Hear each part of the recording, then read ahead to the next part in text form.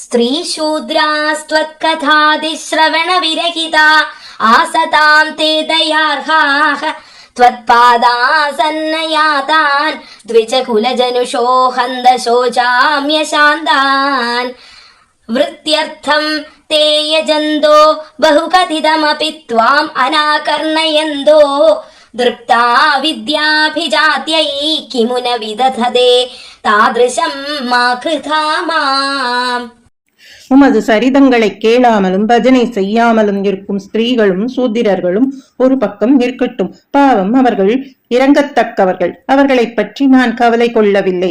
ஆனால் தங்கள் திருவடிகளின் அருகில் வந்தும் சாந்தியை அடையாத பிரம்ம கஷத்திரிய வைஷ்யர்களை குறித்து நான் வருந்துகிறேன்.